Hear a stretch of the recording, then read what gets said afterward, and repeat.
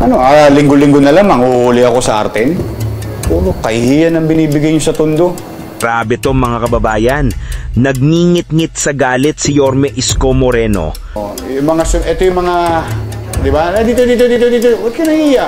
Alalakas ang loob nyo sa Arten, mga tulonggis kayo. O ikaw, taga saan ka? Takpan mo mukha mo. Matapos magdiskubre ang mga nagsisiga-sigaang kabataan na nangangahoy ng mga truck sa kahabaan ng Arten sa Tondo. Nandadamay kayo. Kami gusto namin mamuhay na mapayapa, kilalanin kami sa Tondo. Tingnan nyo yung ginagawa nyo. Kilala na nga ang Arten bilang isa sa mga pinakamagulong lugar noon. Tingnan ninyo yung ginawa. Tingnan ninyo. Ayan. Asan na isa? Asan na isa? Kaya naman pilit na itong binabago ni Yorme ngayon.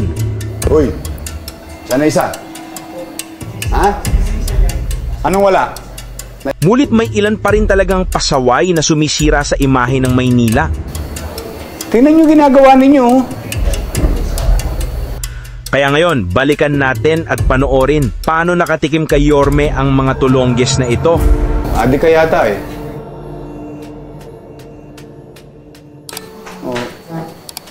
Mahihiyain kayo? Paload ko yung video. Ha? O, paload mo yung video. Tingnan mo to para sumikat tong mga to. Ha?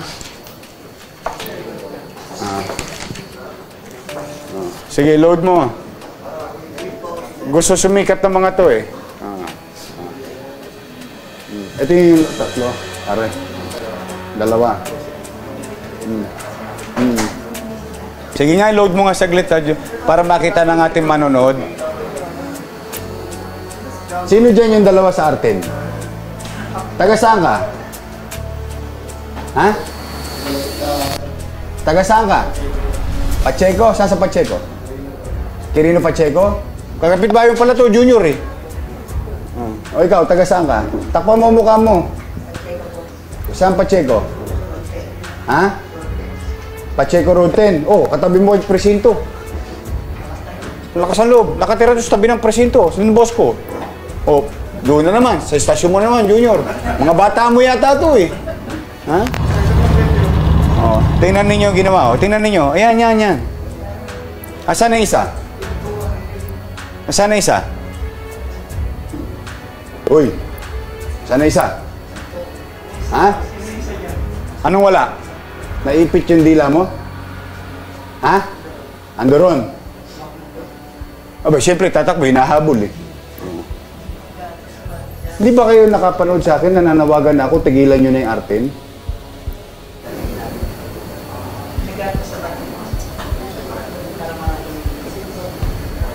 Tingnan nyo ginagawa ninyo. Traffic na nga dyan eh. Dahil sa truck eh. Saan ka bumabiyahe? Saan ka bumabiyahe? Saan?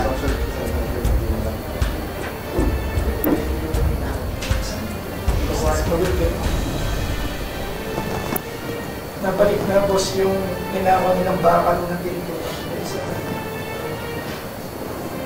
Tigilan nyo yung highway eh. Lalaki ng mga buto ninyo. Ano, linggo-linggo na lamang uuuli ako sa Arten? Hindi pa ba kayo natatakot? Linggo-linggo may nauhuli? Ano yun? Sinusubukan ninyo pamahalaan?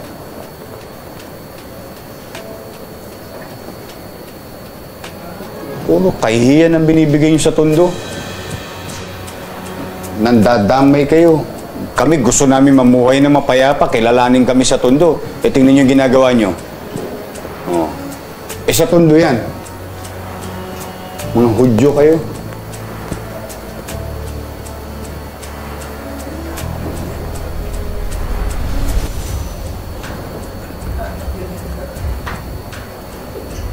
Talaga, tingnan mo mga pinaggagawa nyo. O ito, karnaper. Ha? Ha? Ito, most wanted. Itong isang ito. Ayan o mga kababayan. Doon siya nag-upload ng video. Maraming salamat. Yan po ang epekto kapag kami tinutulungan ninyo mga kababayan. maging vigilant po kayo. Ito mga ganitong uri ng tao, hindi po namin mapipigilan ito na mag-isip ng masama sa kapwa niya. Pero kahit papano, kapag ginawa nila sa Maynila at binigyan nyo kami ng sapat na impormasyon, ayan po. Ayan ang mahihita nila. Kaya ipinagpapasalamat ko doon sa netizen na nagbigay. Maraming salamat po. Tinutulungan nyo kami maging epesyente sa aming paglilingkod. Maraming salamat sa pagtitiwala ninyo sa pamahalang lungsod na itong mga to. Mawasawata rin itong mga to.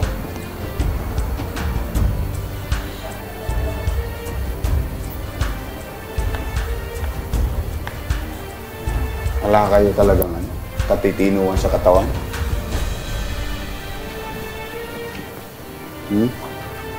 Ba't yung ginawa yun? Ha? Ano? Ha? Anong gipit? Asan ang magulang mo? Asan? Asan? Kala ko ba magulang mo? Di ka yata eh. Ayun na, magulang. Ngayon lola. Ano? Nasaan nga lola mo? Ba't hindi ka lumapit sa pamahalang lungsod? Kaya nga, ba't hindi ka lumapit sa pamahalang lungsod? 5-5 kung mamili ako ng gamot. Pinagbubuti ko nga yung mga ospital eh. Para hindi kayo magkaroon ng dahilan. Alamin mo nga, Nyor, kung yung lola nito nasa, alamin mo kung may sakit yung lola nito. Pag may sakit yung lola nito, pasundo mo ng ambulansya, padala mo sa ospital ng Maynila. O kaya sagat. Pagka tinulongges ka pa rin, kahit sa lola niya, alam mo na.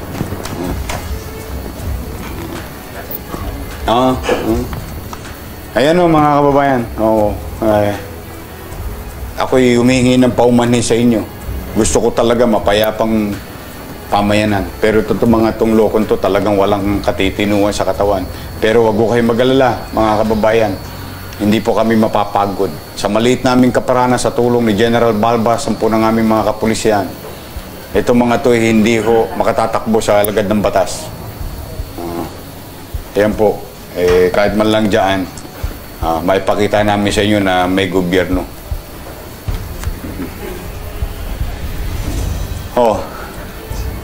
Kaya ito na.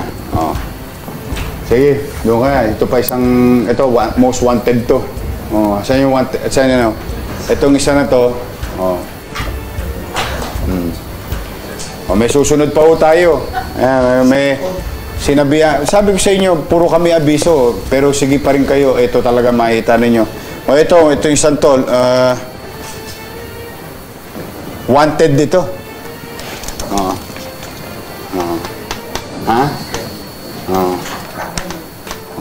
Bernie Sarcus. Ikaw ba yan?